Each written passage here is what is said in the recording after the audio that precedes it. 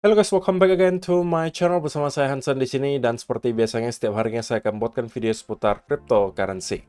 Apa kabar kalian hari ini semuanya? Semoga dalam keadaan yang baik-baik saja.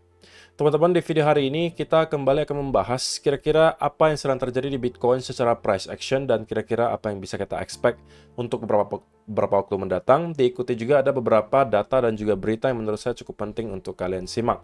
So, stay tune terus sampai akhir video. Sekarang kita bakal mulai dari market cap terlebih dahulu. Per hari ini secara global market cap crypto berada di angka 1,6 triliun dolar atau turun sekitar 0,08%. Nah, di top 10 coin sendiri kita melihat keadaannya mix, sebagian ada yang hijau, ada juga yang merah, walaupun dominan berwarna hijau, teman-teman. Kenaikannya ranging antara 0, sekian persen hingga kurang lebih 5%. Dan menjadi top performer hari ini adalah Cardano, jarang banget, teman-teman, dengan kenaikan 5,56% menuju 0,44 dolar. So, itu adalah outlook sementara dari beberapa top coin yang ada. Sekarang kita langsung aja masuk ke beberapa data dan berita terbaru hari ini. Nah, yang pertama teman-teman, ada sedikit fact, itu datang dari Jamie Dimon, CEO-nya JP Morgan, teman-teman. Dia menyampaikan bahwa, if I was the government, I'd close it down. Nah, kita bakalan bahas lebih detail apa maksudnya di sini. JP Morgan Chase CEO Jamie Dimon lashes out at Bitcoin and its peers, suggesting in remarks Wednesday on Capitol Hill that cryptocurrencies should be banned. I've always been deeply opposed to crypto, Bitcoin, etc.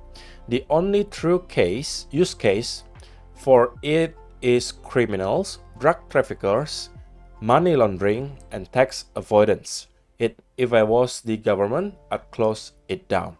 Jadi statement yang harusnya tidak mengejutkan ya untuk teman-teman semua, karena kita tahu memang si Jamie Dimon ini dari dulu tidak pernah pro terhadap cryptocurrency, dan dia pribadi juga mengakui hal tersebut. Dia mengatakan bahwa saya pribadi memang bertentangan dengan kripto dan kawan-kawan. Dan menurut dia, use case atau kegunaan dari kripto itu tidak lain dan tidak bukan hanya untuk para kriminal, untuk para penyebar narkoba, untuk yang mau melakukan pencucian uang, dan juga yang mau menghindari pajak. Menurut dia itu hanya adalah beberapa use case atau utility untuk kripto. Sisanya tidak ada yang berguna. Jadi dia katakan, kalau saya merupakan pemerintahan, saya akan menutup yang namanya cryptocurrency. Artinya dalam konteks ini mungkin menutup akses orang-orang Amerika untuk cryptocurrency. Jadi ini sedikit banyak tentunya bisa kita kategorikan sebagai sebuah fact. Karena tentunya teman-teman, ini adalah seorang CEO dari salah satu bank terbesar. Bahkan bukan hanya di Amerika, tapi di dunia. Dia menyampaikan statement seperti ini, tentunya pasti akan ada orang yang percaya dengan dia. Sehingga untuk sementara tentunya sentimen market kita melihat belum ada perubahan signifikan, tapi kita harus berhati-hati. Gitu ya. Tapi untuk sementara teman-teman, yang bisa kita lihat adalah tidak ada reaksi signifikan dari market, gitu ya. Sepertinya statement dari CEO JP Morgan ini tidak berdampak sama sekali. Tetapi yang perlu saya camkan ke teman-teman semua adalah kita harus aware juga terhadap fact-fact berikutnya. Pasti akan ada, teman-teman. Nggak mungkin kita melihat Bitcoin terus-menerus mengalami kenaikan tanpa ada koreksi, dan saya rasa akan ada fact berikutnya yang cukup besar mungkin untuk tujuannya dapat membuat Bitcoin terkoreksi dalam sebelum pada akhirnya kita kembali rebound.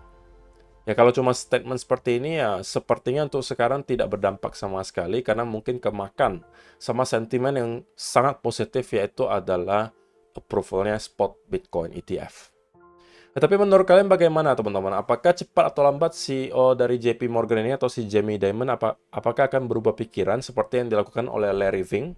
Larry Fink di tahun 2017-2018 juga sama mempunyai statement bahwa cryptocurrency itu sarangnya kriminal gitu, dan hanya digunakan untuk pencucian uang dan seterusnya. Nah, si Jamie Dimon juga menyampaikan hal yang serupa gitu, tapi Larry Fink sudah berubah haluan gitu, udah berubah pikiran. Nah, tergantung nih si Jamie Dimon apakah akan juga berubah haluan. Kita mungkin bakalan lihat nanti, tapi untuk sementara sepertinya dia masih sangat kontra terhadap cryptocurrency. Kemudian yang kedua, statement dari CZ yang menurut saya cukup penting juga untuk kita bahas. HODL is tough for most people. In bull markets, you are tempted to take profits. In bear markets, panic sell. HODL becomes easy after crypto becomes your default worldview. There is no take profit, no sell. Jadi teman-teman, ini adalah mungkin tantangan utama terutama untuk teman-teman yang merupakan investor. Tidak terkecuali saya. Adalah ketika kita hodl atau ngehold aset kita, memang kita dihadapkan dengan dua situasi biasanya. Kalau kita melihat bull market, otomatis aset kita rata-rata naik. Kalau dalam ini konteksnya koin kita semuanya rata-rata naik. Nah, kita biasanya tergiur teman-teman untuk kemudian menjual atau taking profit aset kita sedini mungkin. Karena mungkin dengan pemikiran, wah takutnya habis ini turun lagi nih gitu. Mending saya take profit dulu, nanti beli pas turun lagi. Seperti itu kan. Nah, sama juga ketika kita kemarin di bear market.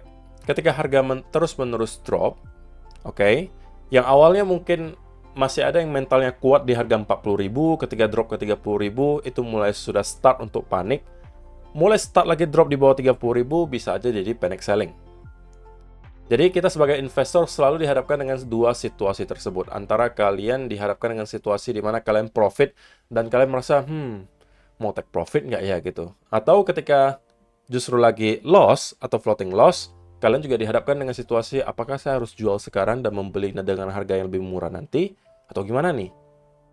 Nah, kalau misalnya jalannya mudah, mulus, tentunya semua orang bisa menjadi investor yang hebat, teman-teman. Tapi itulah justru yang akan nanti membedakan kalian dengan investor lainnya. Kalau investor yang hebat, tentunya dia mempunyai mental yang kuat, dia bisa hold secara jangka panjang, dan baru panen benar-benar ketika nanti sudah di all-time high yang baru, sudah sesuai dengan planningan dia, dan itu adalah hal yang baik untuk dilakukan, take profit. Tapi kalau kalian take profit atau sell, tidak sesuai dengan planning kalian di awal, berarti kalian masih perlu membentuk mental kalian. Dan saya tahu ini hal yang bukan mudah untuk dilakukan, teman-teman. Pasti akan ada hadangannya. Seperti yang disampaikan di sini. Baik profit maupun lagi loss, kalian sama-sama punya tantangan tersendiri. Tapi kalau misalnya kalian terus paksakan diri kalian untuk disiplin, saya rasa cepat atau lambat kalian akan mencapai tujuan kalian. Begitu ya. Jadi ini adalah quotes yang sangat penting, teman-teman. Walaupun kita berada dalam keadaan profit maupun dalam keadaan loss, kita sama-sama punya tantangan, tapi bagaimana cara kita untuk meredam tantangan tersebut dan kuat secara mental, itu adalah yang akan membedakan kalian nantinya dengan investor-investor yang mudah panic selling dan baru hijau sedikit sudah taking profit.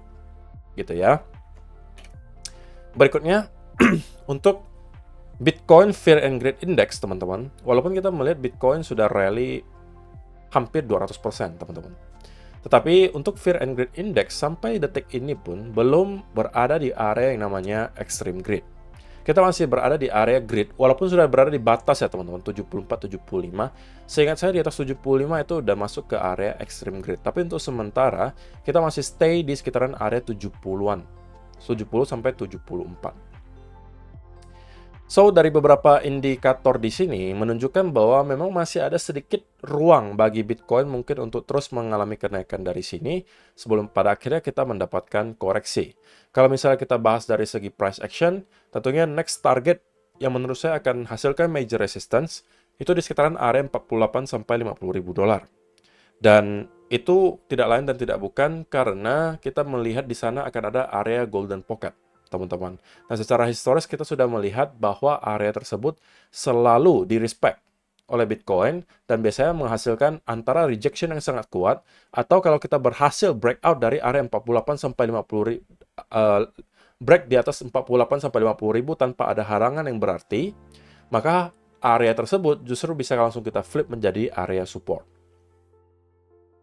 Ya tentunya kita sebagai investor harapannya kita akan terus mengalami kenaikan ya. Dan break di atas area 50.000 tanpa ada halangan. Tetapi tentunya itu adalah hanya sekedar harapan. Tetapi data historis tidak mendukung hal tersebut, teman-teman. Secara historis, secara statistik juga, kebanyakan kita akan melihat semacam rejection ketika kita nyampe ke area 0,618. Dan mudah-mudahan lah dari segi price action juga nanti akan memberikan clue kira-kira mana yang benar, Apakah kita akan mendapatkan rejection dari area tersebut, ataukah sepertinya kita tidak mendapatkan adanya koreksi sama sekali sebelum di atas angka 50.000 dolar. Nanti kita bakalan bahas itu tentunya di chart. Dan sebelum kita masuk ke chart, teman-teman, saya pengen ingatkan lagi untuk teman-teman yang sudah pernah melihat decentralized exchange ini. Saya perlu ingatkan lagi, pertama kali saya mention equation, itu harga tokennya masih 10 dolar, teman-teman. Dan kali ini sudah hampir 50 dolar. Jadi udah hampir kenaikan 5 kali lipat dari pertama kali saya mention seputaran equation. Dan ini saya sampaikan sudah beberapa kali sebelumnya. Mudah-mudahan ada dari teman-teman yang sempat memanfaatkan. Saya sampaikan ini adalah peluang yang sangat jarang terjadi di mana teman-teman bisa manfaatkan equation sebagai salah satu project decentralized exchange baru.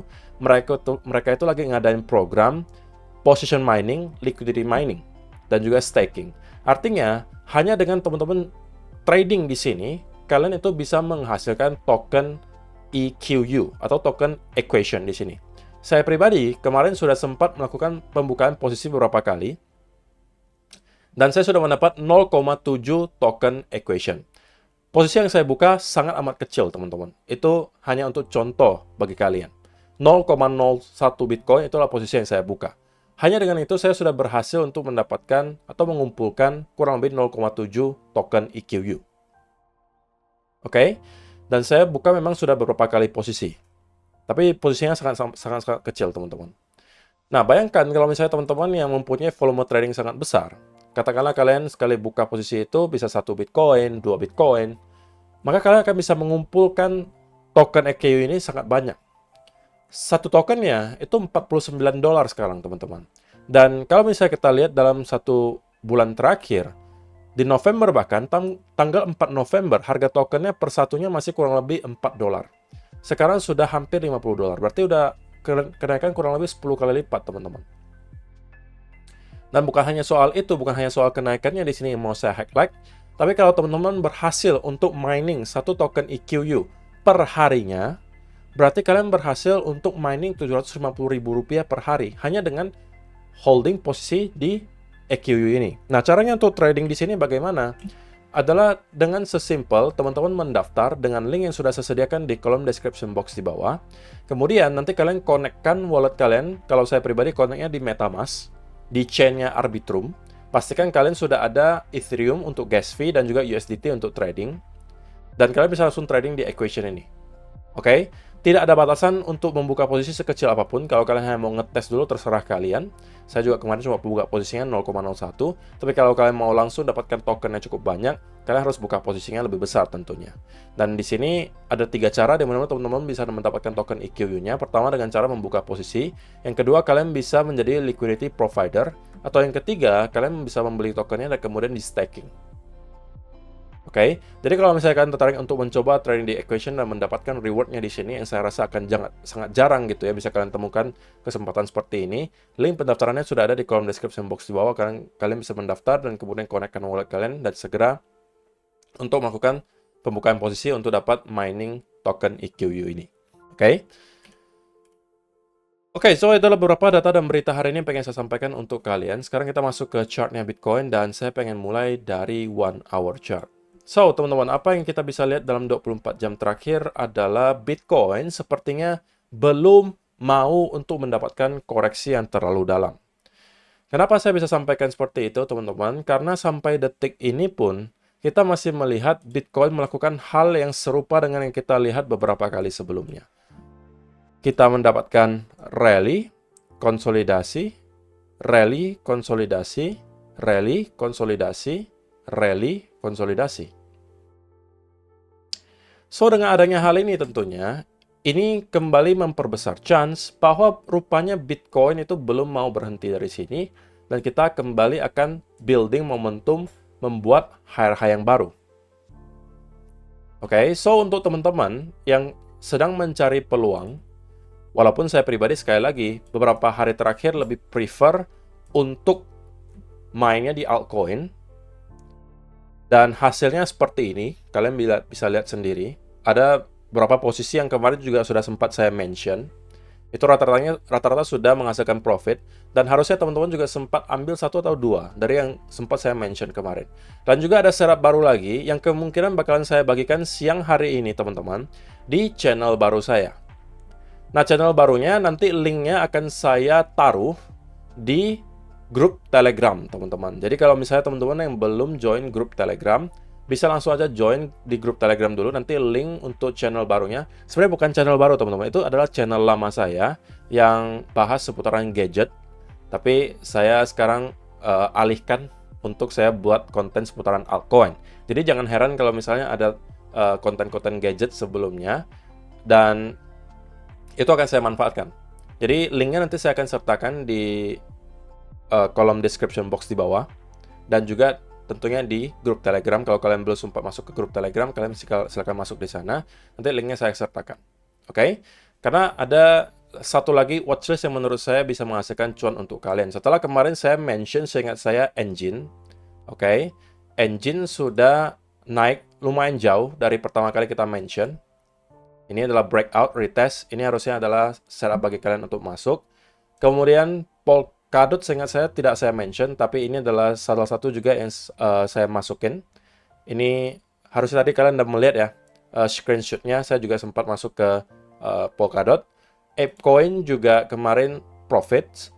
Kemudian yang saya sempat mention juga adalah ini teman-teman, TrustSwap. Yang saya sampaikan ini juga bisa menjadi peluang untuk buy, dan kita sudah naik lumayan kenceng, dan saya rasa belum akan berhenti gitu ya. Kalau kalian merasa profitnya sudah cukup, mau take profit silakan, tapi kalau misalnya belum, mau di hold juga terserah gitu ya. Dan nanti akan ada setup baru lagi, nggak usah khawatir, jadi kalian tinggal cek aja nanti di channel barunya, oke? So sekarang kita bahas spesifik Bitcoin dulu. What's next? Apa yang kira-kira bisa kita manfaatkan untuk Bitcoin? Nah, kalau misalnya kalian nekat untuk mencari peluang untuk long, maka setidak-tidaknya menurut saya, teman-teman minimal menunggu dia untuk mampu melakukan breakout dari area trendline di sini. Retest, dan kemudian kalian bisa masuk dari sana. Oke? Dan ini adalah satu-satunya setup yang menurut saya bisa kalian manfaatkan untuk sekarang. Kecuali kalau misalnya kalian tipikalnya yang lebih agresif lagi dan mau masuk ketika kita kembali nge-retest ke area lower trendline. Oke, di sekitaran area range di sini. Itu sah-sah saja, tapi saya khawatir kalau misalnya kalian masuk di sini, kalian yang tidak disiplin itu justru nge-hold terus, bahkan ketika misalnya Bitcoin start untuk drop. Nah, ini yang saya wanti-wanti gitu, karena saya yakin tidak semua trader yang nonton di channel saya itu disiplin orangnya. Ada yang mungkin tipikalnya averaging. Dan saya rasa beberapa hari terakhir lumayan hangat ya perbincangan seputaran ada salah satu TikToker, saya nggak mau mention namanya, yang dihujat karena dia memberikan sebuah sinyal gitu ya, secara terbuka sebenarnya. Dan sinyalnya itu mengatakan bahwa kita pasti akan drop ke area 33.000, 30.000, 27.000 gitu. Dan rupanya kita terus mengalami kenaikan. Dan dia mengatakan bahwa maksimal Bitcoin hanya akan sampai 40 gitu. Ya kan? Tapi rupanya terus-menerus mengalami kenaikan, dan yang terjadi berikutnya apa? Dia justru mengatakan bahwa Bitcoin itu memang naik gitu kan, tapi saya tidak terliquid gitu, karena saya terus melakukan averaging ke atas. Nah, itu berbahaya teman-teman. Itu jangan sampai kalian lakukan juga, terutama kalau kalian pakai leverage yang sangat tinggi. Saya jamin itu pasti akan margin call cepat atau lambat. Kecuali kalian mainnya $1 gitu ya, per trade. Itu beda cerita. Sampai Bitcoin $1 juta pun mungkin kalian nggak bakalan ke liquid. Tapi apakah itu yang kalian mau? Tentunya tidak gitu kan. Jadi pastikan kalau misalnya kalian sudah temukan ada red flag. Oke? Ada red flag. Tinggalkan orang itu. Saya tidak menyebut siapapun ya. Tapi kalau misalnya kalian temukan ada red flag di siapapun yang menurut kalian tidak sesuai, maka kalian harus tinggalkan. Termasuk saya, kalau misalnya kalian menemukan, kok Hansen sembarangan gitu, ya udah tinggalin aja, nggak usah ditonton gitu. Gitu ya, jadi itu pesan saya. Nah, untuk Bitcoin sekarang teman-teman, pertanyaannya apakah sekarang kita sudah siap untuk kemudian melanjutkan kenaikan? Nah, itu yang belum bisa saya jawab untuk sekarang. Karena untuk sementara teman-teman, volume terlihat tidak terlalu besar juga. Jadi, chance sebenarnya ada dua. Teman-teman yang kalau misalnya konservatif bisa tunggu breakout-nya dari sini dan kemudian retest dan kalian bisa masuk. Atau kalian yang agresif itu bisa menunggu dia kembali ke area lower trend line. Kalian bisa expect dua trend line ini di respect gitu ya. Ini adalah areanya. Dan kalian bisa start untuk building posisi dari sini. Tapi kalau yang di sini teman-teman, kalian wajib disiplin banget. Kenapa? Karena kalau justru kita breakdown dan tidak berhasil mendapatkan bounce dari sini, kalian harus secepatnya keluar. Karena kalau kalian terlambat, bisa saja kalian terjebak di sebuah posisi yang sangat tidak menguntungkan dan misalnya Bitcoin start untuk drop kembali ke sekitaran area 40.000, kalian harus nahan floating loss yang cukup besar. Dan itu tidak saya sarankan untuk kalian lakukan. So, untuk sementara, saya pribadi secara midterm masih mengatakan bahwa ini akan bullish, gitu ya. Karena simply kita mendapatkan ada push diikuti konsolidasi sama seperti yang kita lihat di sini beberapa kali sebelumnya. Nah, satu-satunya hal yang bisa kemudian menginvalidasi sunny draw tersebut adalah kalau kita breakdown dan kemudian start untuk mendapatkan bear flag. Ini adalah justru peluang bagi teman-teman yang mencari peluang untuk short untuk kembali masuk. Oke, setelah kemarin kita tidak berhasil mendapatkan peluang untuk short di sini karena kita terus mengalami kenaikan tanpa ada setup untuk short. Nah, ini bisa menjadi setup berikutnya kalau misalnya dikasih. Gitu ya. Jadi tergantung nanti pergerakan market bakalan kemana, itu kalian bisa manfaatkan sesuai dengan scenario-scenario yang sudah saya bahas. Tapi kalau selain itu, saya lebih prefer teman-teman untuk mencoba mencari setup di altcoin, yang menurut saya setupnya masih banyak yang jauh lebih rapi, dan menghasilkan risk to reward ratio yang jauh lebih besar daripada kalau kalian paksakan di Bitcoin. Yang akan saya bagikan juga setupnya mungkin agak siangan, mungkin sekitar jam 1 atau jam 2. Jadi pastikan kalian sudah subscribe dulu ke channel baru saya, yang linknya saya akan sediakan di grup Telegram duluan nanti. Baru nanti saya akan mungkin masukkan ke description box mungkin di video besok. Gitu ya. So, itu aja untuk video hari ini teman-teman. Terima kasih untuk kalian yang sudah menonton sampai selesai. See you in the next video. Bye-bye.